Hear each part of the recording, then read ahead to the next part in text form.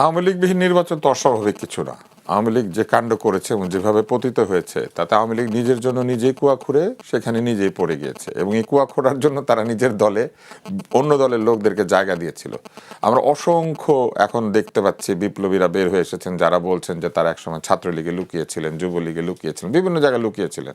তবে আওয়ামী লীগ নিজের পেটের মধ্যে নিজের বিরোধীদেরকে জায়গা দিয়ে নিজেরাই নিজেদের জন্য কুয়া খুঁড়ে সেই কুয়ার মধ্যে পড়ে গিয়েছেন এবং তাদের কুয়ার ব্যাঙেরা বা তাদের কুয়ার মধ্যে লুকিয়ে থাকা বৃহৎ মাছেরা সব বেরিয়ে এসেছে। ফলে আওয়ামী লীগকে নিয়ে আসলে এই নির্বাচনে কেন অংশ নিচ্ছে না, কেন পারছে না, এই আলোচনা আসলে অর্থহীন। কিন্তু আমি আপনাকে একটু আগে যে একজন প্রার্থীর যে বিষয়টা বলছিলাম, সেখানে উনি একটা চমৎকার একটা ইশতেহার ঘোষণা করেছেন, তাসনিম জারা, এবং সেই ইশতেহারের মধ্যে উনি লিখেছেন উনি যেহেতু একজন ডাক্তার তাই ডাক্তারের হাতে ওনার এলাকার স্বাস্থ্য সমস্যার সমাধান হবে।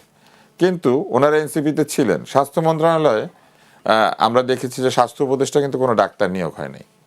তো ডাক্তারের হাতে যদি স্বাস্থ্য সমস্যার সমাধান হতো তাহলে এই এই যে বিষয় সেই সেই বিষয়টা তো ওনারা তখন দাবি করতে পারতেন। এই যে মানুষেরা, বুঝছেন, একটু আগে আপনি ফেক মুনাফেক এরকম আলাপ সালাপ করছিলেন না?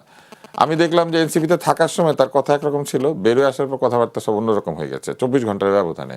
এবং ওইখানে উনি একটা জায়গায় বলেছেন যে উনি যদি সংসদে যান উনি তিতাস গ্যাস জাতীয় অন্য সব যারা সার্ভিস আছে সেই সার্ভিসগুলিতে যদি সেবা দিতে না পারে তাহলে বিল দিবে না, এইটা উনি প্রস্তাব করবেন আইন হিসেবে। এবং ইংলিশে লিখেছেন নো সার্ভিস নো বিল, সেবা না দিলে বিল নাই। তাহলে নো ট্রিটমেন্ট নো রিলিজ, এটা উনি অনুবাদ করে না কেন? এই যে বিরোধিতার জন্য ফ্যাসিবাদের চেহারা নেওয়া, অর্থাৎ ফ্যাসিবাদ যেরকম এক কথার অর্থ আরেক রকম করতো, ফ্যাসিবাদের কথার অর্থ আবার এক কথার অর্থ আরেক রকম করা হয়েছে। ইউনিভার্সিটিতেও তো লেখা থাকে no card no entry, no mask no entry, মানে কি আপনি মাস্কও পরেন না ঢুকেন না, ব্যাপারটা কি তাই? এখন এগুলা যে হয়েছে এগুলা করে করে ওনারা আজকের এই অবস্থাটা তৈরি করেছে, যে জন্য আজকে আওয়ামী লীগকে নিয়ে আলোচনা করতে হচ্ছে। আওয়ামী লীগ নিয়ে আলোচনা হইতোই না যদি ওনারা আওয়ামী লীগের মতো আচরণ না করে, যদি আসলে বিপ্লবের যে আচরণ, বিপ্লবীদের যে আচরণ, সেই আচরণটা যদি আমরা দেখতাম। যেমন ঘুষের প্রসঙ্গে আমার আলোচক বলেছেন